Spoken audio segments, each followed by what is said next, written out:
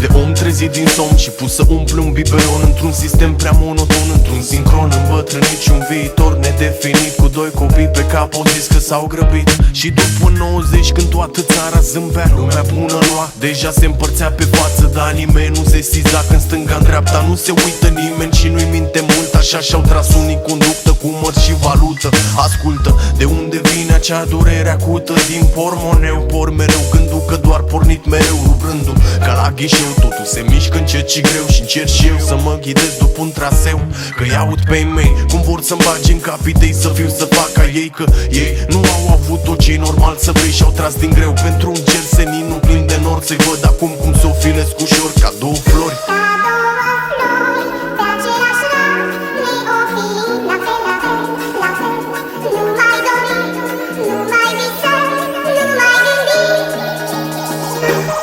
Și acum pe bune, cum e să știi că a venit pe lume? Că trebuie să-i dai un nume și că spune: tati, unde e mama? Cred că te prinde flama când îl vezi că e cât palma și zâmbește să-ți dispară teama. Încep să strângi chiar dacă trebuie să neci corăbii sau să muți munți, să urci stând, să plângi sau să dai brânci. Ajungi să dai și ultimul leu din buzunar pe ce mănânci.